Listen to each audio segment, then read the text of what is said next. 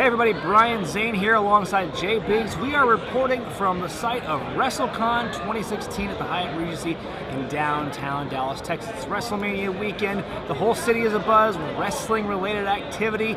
And we just wrapped up the first day of WrestleCon. What did you think about that, J Biggs? It was fun, man. It was a great experience getting to meet so many fans. Brian, can you believe how many fans you actually have here in Dallas? It's unbelievable. It surprises even me. But you know, we're all here for WrestleMania. And that's happening this Sunday, so I figured while we're here, while things have wound down, day one's done, the crowd is dispersing, let's talk about WrestleMania itself. We're going to give you our predictions. We've never done this before on the show. I've never done a prediction video, so this is going to be the first one because it's a special weekend. Let's start with a pre-show. Let's start with the Total Divas Tag Team match. Natalya, Paige, Alicia Fox, Eva Marie, and Brie Bella versus Lana, Tamina, Naomi, Emma, and Summer Rae. That's a lot of names to roll off there, but I mean... Has Lana been actually, is she a for sure member of the team as far as wrestling? This card I have is according to CBS Sports. CBS Sports, a very legitimate organization.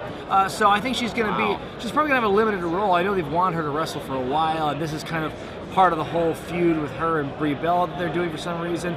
I mean, honestly, I don't care that much about this match. I don't think many are going to either. It's the reason it's been put on the pre-show, because this is probably the match with the least amount of interest overall.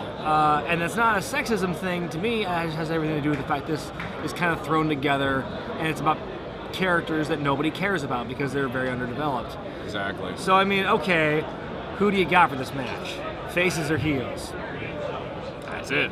I mean, I'm going to say it's the team face.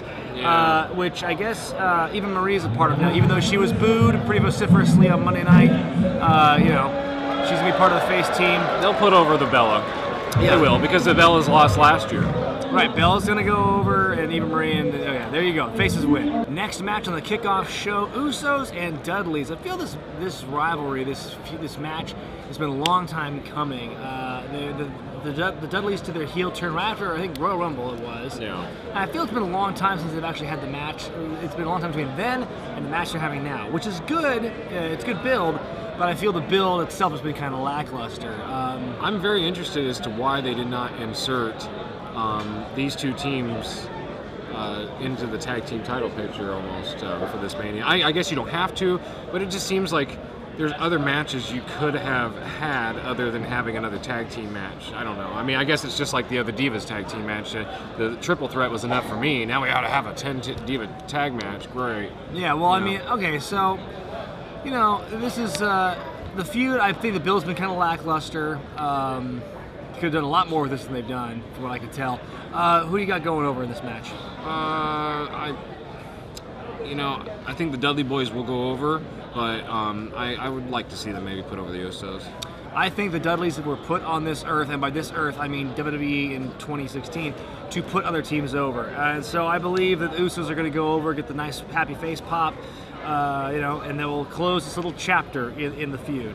Final advertised match on the kickoff show for the U.S. Championship, Kalisto defending against Ryback. Biggs, last year this time, the U.S. Championship was defended in a semi-main event. John Cena was in the match. Rusev came out on a tank. This year, it's Kalisto and Ryback, and to put it in perspective, Zack Ryder has a match on the proper WrestleMania card, and this match is on the pre-show. What do you think about that? Well, I'm baffled by this, to be honest with you. A couple things. One, the pre-show. Two, who's in it. I don't know. I'm very surprised they didn't save Del Rio and Kalisto and the big win for Kalisto at Mania for the belt. That's my opinion, but whatever. I don't know. I would say with this match, you're going to see a lot of big spots from Ryback. He's probably going to throw him around, but then I think out of nowhere you're going to get Kalisto with probably with the win. I don't understand why they've done this, like why Ryback was the best choice.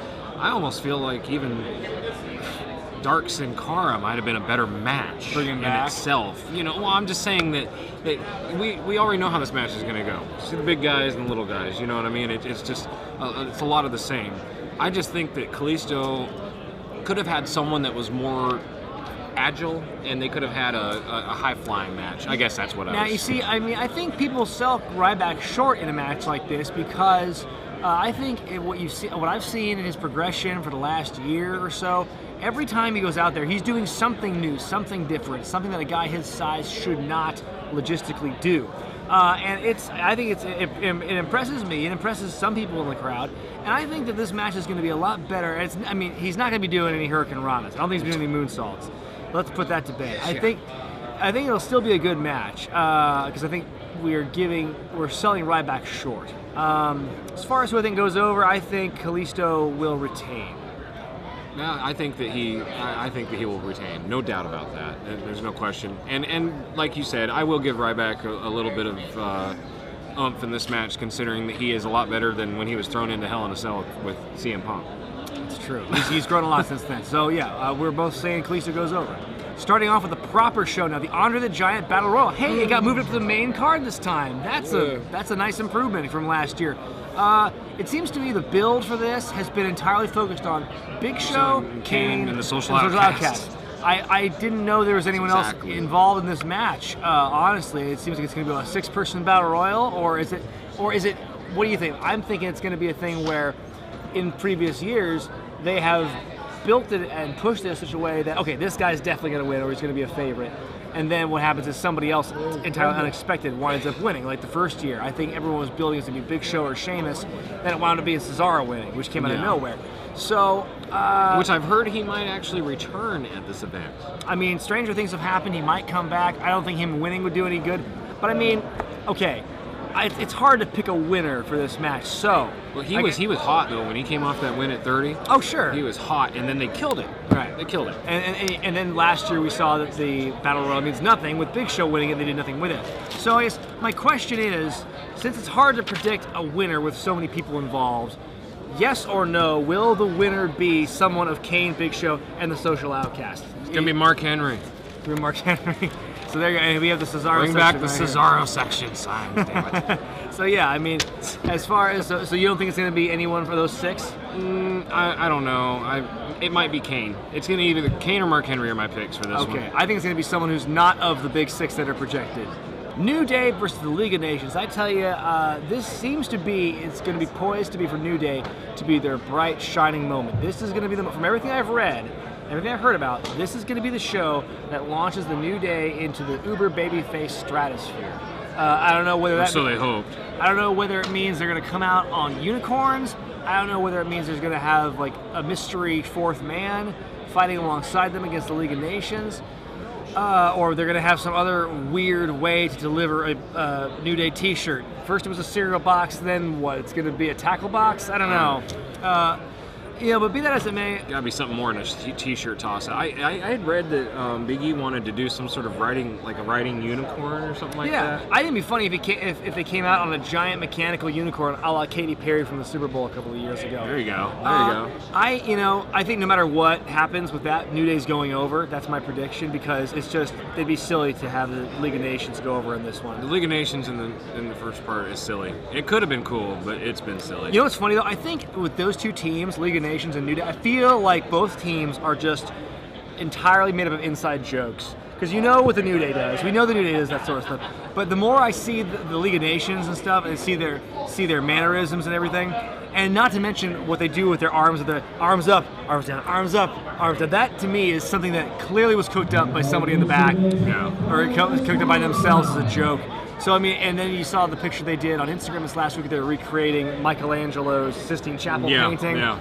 To me, it's like both teams are just full of inside jokes, and they're just kind of at this point, having a good time and not caring anymore. I got to be honest with you, I'm still extremely annoyed by New Day right now. I liked them better when they first came out, and people didn't like them then. Now people love them, and I actually am annoyed by them. So it's reached a critical mass. So I hope somebody takes that trumpet and shoves it down Xavier Woods' throat. Trombone. Francesca too. My bad. So yeah, but who do you think's going over? I think they'll probably put New Day over, but I truly think this should have been a triple threat: New Day versus Usos versus Dudleys. That just be in a TLC or something. I don't know. I just think that would have been cooler. But if you had that for TLC, if you had a TLC match, then what would you do for TLC, the pay-per-view? Chris Jericho and AJ Styles, the repeating. It's the 4th attempt they're doing this now. It's not the rubber, it's the 4. Yeah, it's the double rubber. No, I don't know what you call it. Anyway, we've seen this match a few times now on Raw and SmackDown at Fastlane, and now we're going to see it again at WrestleMania. I feel that I think, again, like I said before in my Fastlane review, we all knew, or my Roadblock review, we all knew that Chris Jericho was going to turn heel and betray AJ Styles, and it would lead to a match. I just wish it didn't get rushed so much. Yeah. Well, I'm glad also, too. I would have felt like if they had put Jericho, Y2AJ into the tag team picture and put the straps on them. Why not have them be a tag team at WrestleMania? That would have drawn money. See, I'm not into that at all. There's nothing about the Y2AJ. They're two great singles talents. Just it seems like for a while there they were throwing teams together like Big Show and Jericho, and like they were just throwing people together, and those were always the tag team champions. I don't know. I'm just with me. It would have made sense. I think it would have made sense. Again, it wouldn't have been a forever team, but it would have drawn money. They should have been a tag team maybe from the very maybe AJ saves Jericho. They're a tag team until I don't know, 3 or 4 weeks ago at Roadblock or something, and that's when the heel turn happens, and then the very first AJ Jericho happens at Mania. That would have been epic. Yeah, I think they really hot shot of this angle. Be that as it may, I think Styles is going over just because it's just Chris Jericho getting his comeuppance. I wish Styles wasn't booked like kind of a doofus, because when he got distracted by Jericho a couple of weeks ago, which when you're a veteran like he is, it shouldn't happen. And then the fact that he tried doing the same thing to Jericho, and Jericho didn't fall for it and won, you should flip that, because that's what heel does. That's what happens to a heel. Like, he tries the same thing and it backfires. That's classic. It's standard Wile E. Coyote 101. Exactly. Turnabout is not fair play when it comes to the heels. So I thought the fact that Styles didn't get one over on Jericho that way, they did it a week later against Zack Ryder in a loss that meant nothing because Zack Ryder was immediately killed right afterward. Yeah. Okay. Anyway, I think Styles is going over. What do you think? 100% Styles. All right, the Divas Championship match. Charlotte defending against Sasha Banks and Becky Lynch in a triple threat match. Biggs, what are your thoughts on this being a triple threat in the first place? Because I think logic would dictate it should be one-on-one Charlotte and Sasha Banks. That's exactly what I was just about to say. I feel as if Lynch has been, I don't want to say she's forced on us like Roman Reigns, but I don't think she's as big a deal as they're putting her in. I don't know, that's just me. Careful, you're going to upset a lot of internet fans when you say that. Oh, well, I don't give a shit. I think that what they're doing with this is they're milking it just a little longer. Here's my prediction. I've been saying this for weeks. Charlotte goes over at Mania, and because the storylines, WrestleMania is not a place where storylines end anymore. Yeah, Backlash is where they half the time they continue it on for the next pay-per-view, so they got to carry it over. So what I'm thinking is going to be Charlotte retains, and then the next month at Extreme Rules, Sasha Banks will win in one-on-one. Now that flies in the face of everything they've been doing in terms of the build, because if you've been watching the network and stuff on social media, they've been very heavily building Sasha Banks. This is her time, this is her moment. Not really talking about Becky Lynch, so it makes you think that Sasha Banks is going to go over. So part of me thinks that will happen, but the other part of me, the part that is the more cynical part, believes that that Charlotte's going to go over and we'll lose it the next month. That's possible. I think that's probably more realistic. I don't know. I'm gonna, just for the sake of having the conflicting story, I guess I'll say Banks goes over just because it looks that way. You think Charlotte's gonna go over? It makes sense. Intercontinental Championship match, a 7-person ladder match. You've got Kevin Owens defending against The Miz, Dolph Ziggler, Sami Zayn, Stardust, Zack Ryder, and Sin Cara. Hey, here's the Intercontinental title. Let's throw a bunch of names in the hat for no reason. Yeah, it's funny. Is that you remember several years back when they first debuted Money in the Bank and it became a WrestleMania exclusive event? Then they made Money in the Bank its own pay-per-view, so WrestleMania doesn't have its guaranteed get everyone on the card in a fun match thing. Then a few years passed, and they realized, hey, let's just put the Intercontinental title up for grabs in a ladder match, and it's the same damn thing. That's what happened last year with the Intercontinental title match. It's happening again. Maybe it's going to be a tradition now. Who knows? Well, I brought this up in the hotel last night. We were talking about the Mania where Road Dogg was given the Intercontinental belt and all that. That's what this match feels like to me. Like, why is... You're just throwing a bunch of people in who don't belong in the scene. Yes, exactly. And we're expecting them to have like a convincing, any one of these guys could win. I get that Ryder replaced Neville on injury. I get that, but it still doesn't make. Stardust for the Intercontinental title. When's the last time that guy won? That's right. Well, he was in last year's ladder match. That's he didn't win that. I wonder if he's going to bring back the sparkly bedazzled ladder like he did last year. And with a match like this, it's really silly that they have all these guys killing themselves out there when realistically, it can only be Kevin Owens or Sami Zayn winning the damn thing. And again, I feel they're going to prolong this to the next month at Extreme Rules. So no matter who wins, those two are going to have a singles match to determine the Intercontinental Championship. I truly felt like this should have been a 4-way with Jericho style, Zayn and Owens. That would have been good. That would have been good booking. So I mean, who do you got in this 7-person match? I don't know, Zayn or like you said, Owens. It's probably going to be Owens retaining. If it's not, then it's got to be Zayn because they got to put an over new guy. I'm thinking it's going to be. I think it's going to be Owens, and I think again prolonging the storyline. Last year, a face won the 7-person ladder match for the IC title, so they're going to go against that the next year. Owens is going to retain, and again, it's going to build up to the next month where Zayn will fight Owens for the IC belt 1-on-1. So there you go. I'm thinking Owens. Yeah, I think so too. No holds barred street fight. Dean Ambrose against Brock Lesnar. Two guys with really nothing to lose at this point in terms of their value and their place in the card. Which is not only the only no holds barred match on the night right now, right? Considering that they've said that Triple H and Roman Reigns is going to be. Yeah, it's weird. I don't think they've announced it on TV, but I've seen some marketing around here in Dallas that the title match is going to be a no DQ match. But we'll get to that later. Yeah, so you got no holds barred street fight, Ambrose and Lesnar. Honestly, this is the one I'm the most excited for, just because you know what kind of stuff Dean Ambrose is willing to do, and I think that this style of him as a brawler versus Lesnar, who's he's a mat-based guy, he's a suplex guy, that I think could work really well. I think that could be a very peanut butter chocolate kind of combination where it actually works out really well. With weapons involved, I think it just kind of raises the stakes. I think this match is going to resemble a lot the CM Punk Lesnar match that they had at SummerSlam. I don't know. I mean, CM Punk brought a lot of intensity and he looked legit. I remember when I first heard of that match, I'm like, why are they putting Lesnar with the little guy, But he actually, he brought the fight and made it look legit. Lesnar sold for him, so, and he's going to do it for Ambrose. And it's not like Lesnar, I don't know, in the past, he's put other people over, yeah, so, put a lot of people over, a lot of smaller people over the years. So Dean Ambrose, I think he has an actual big chance of having a WrestleMania moment, yeah. It's just one of those things where it's like you got, with Ambrose, he's lost so much, and it's kind of similar to the Bray Wyatt situation. How many times can you lose before you just lose all your value? Ambrose still has the value because he's still super over as a babyface, no matter how much he loses.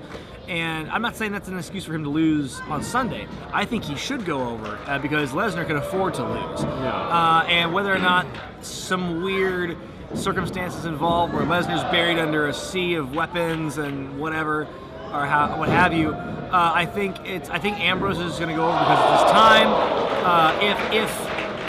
Considering I don't think anyone's going to leave happy at the end of Hell in a Cell, and no one's going to leave happy if Roman Reigns wins the title, you got to have a happy moment for the fans. And so Ambrose winning would be that time. Yeah, I feel that. I truly look at this match almost like the #1 contenders match. Whoever wins this match is definitely going to be in slot for that push once Roman Reigns and Triple H are totally done, or even it could be what's going to happen is Dean Ambrose is going to have that big moment like you talked about, and then later on Roman Reigns does the heel turn, and that's the baby face, and that's the heel.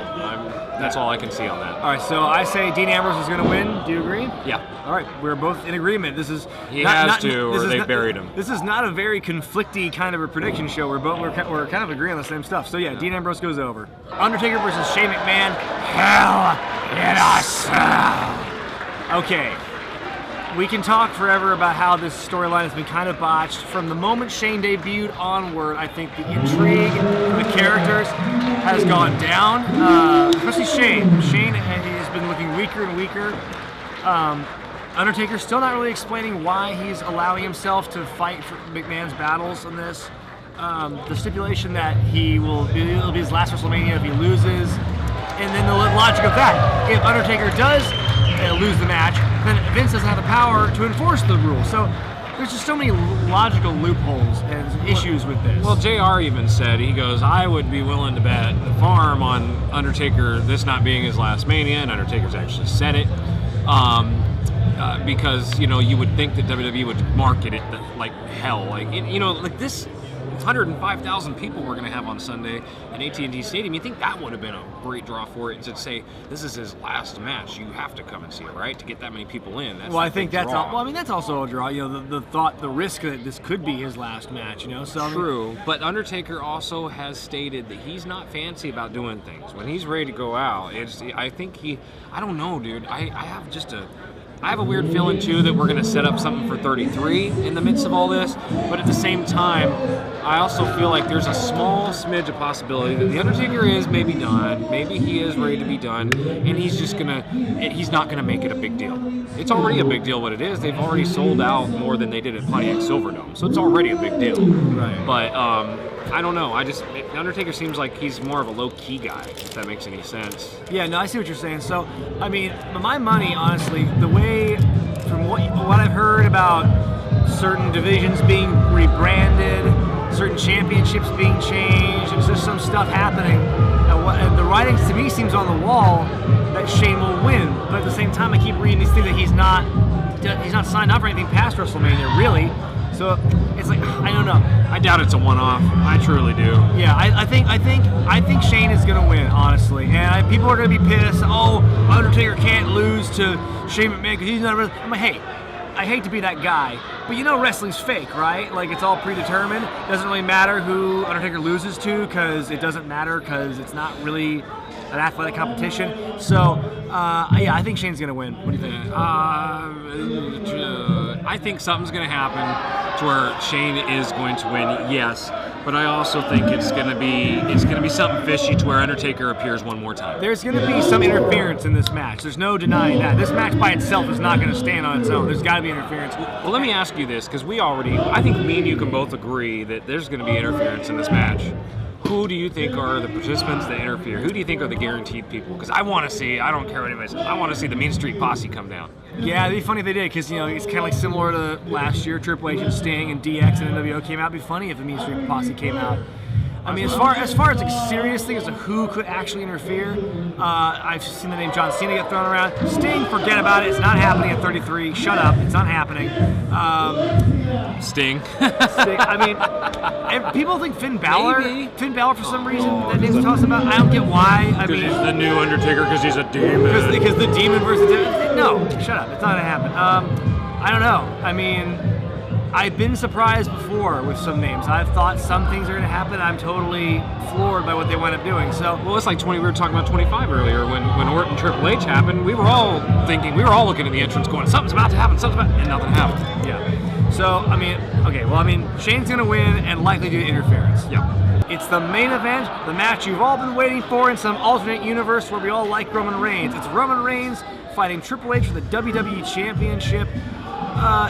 You could write several think pieces. Several think pieces have been written about how badly they have screwed over Roman Reigns in the creative department. He is damaged goods as a babyface. He is. There's no denying it. And so it seems to me that him winning, it's got to be. I mean, here's the thing. They were going to have him win at WrestleMania 31, but they knew the fan backlash was going to be so severe, they called the audible and they went with Seth Rollins winning. And they had a year to right the wrongs that they did and make Roman Reigns a viable babyface. But a year has passed, and there's somehow it's even worse now. Yeah, I would say it's even worse now. I wish they just pulled the trigger at 31. I wish they gave Roman Reigns the title, and we'd be done with it, because now a year has passed, and we're in the exact same position that we were a year before, and we're now just angrier and more jaded and more just exasperated about than ever before. Yeah. So I just, it's just so annoying, because Roman Reigns is going to win. There's no Money in the Bank to cash in this time. They can't even do it again if there was a Money in the Bank. Do you think there's a small smidge of possibility that Triple H would be mark enough just to keep it on himself? I mean, like a mid-match turn almost, because they're going to cheer Triple H. Yeah, you know it. I just don't see it happening. I think at this point they're really set in their ways, which on one hand is very commendable. They are not going to bow down to the internet fans screaming, or not even the internet fans, the live crowd that boos and is mostly apathetic toward Roman Reigns. They're not going to acquiesce to that. They just won't listen. They're going to stick to their guns. So God bless them for doing that, but man, you're making us suffer for this. I mean, the payoff to after this better be sweet. And I'll tell you what's going to happen. Here's my prediction. Roman Reigns is going to win. People are going to boo. Fine. Dean Ambrose, who just came off his victory with Brock Lesnar, is going to come down. They're going to celebrate. At that moment, Roman Reigns is going to turn heel, clock Dean Ambrose, hit him with the punch or the spear or whatever, and he's going to just flip off the fan and say, F you, and he's going to go out as the heel. So that accomplishes a lot of things. Roman Reigns, the heel turn that everyone says he should have, it's going to happen. Fans will have a legitimate reason to boo him now because they hate him and they beat up their favorite guy. Dean Ambrose is immediately inserted as the top babyface and the new guy to challenge Roman Reigns for the championship, if only for a little while. Someone to make Roman Reigns a credible heel guy. I have a feeling, here's what my thought, I like what you just said with that, and that would be kind of an ideal situation to happen. But we don't know The Rock's involvement yet. Rock and Triple H had it out last year. I was certain we were going to see a Rock Triple H match this year. I'm sure it was the original plan, but a lot of circumstances made that not happen this year. I get it, but here's I don't know.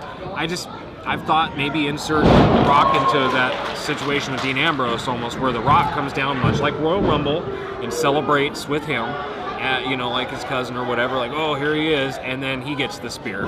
And maybe that says, because that's a money match to me.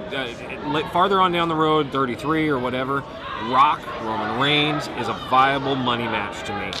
It really, truly is. And as people discredit Roman Reigns, the guy, I don't care. It's like... he's not a bad worker. It's just he's put in a really bad situation. Yeah. And it's one of those things where if you listen to Steve Austin's podcast and stuff like that, it's just a case where he's not speaking up. He doesn't seem to be speaking up for himself to preserve his own hide. Yeah. Because he's being put in these positions where he looks like an idiot. And it's just not a good look for who's supposed to be your top babyface. So, no, I mean, I think...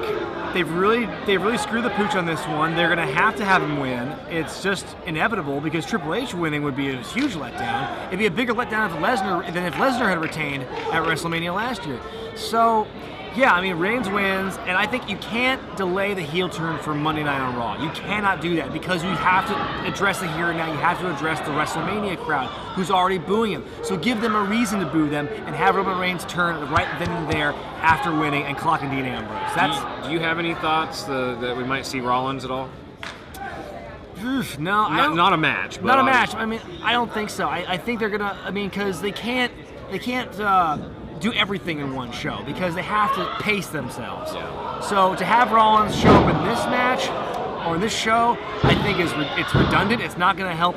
I mean, hey, like you said, it's already sold out. Yeah, I guess it's not going to pay-per-view's already bought. If you have Rollins as a surprise guy, is it really going to put that many more eyeballs on it? I don't know.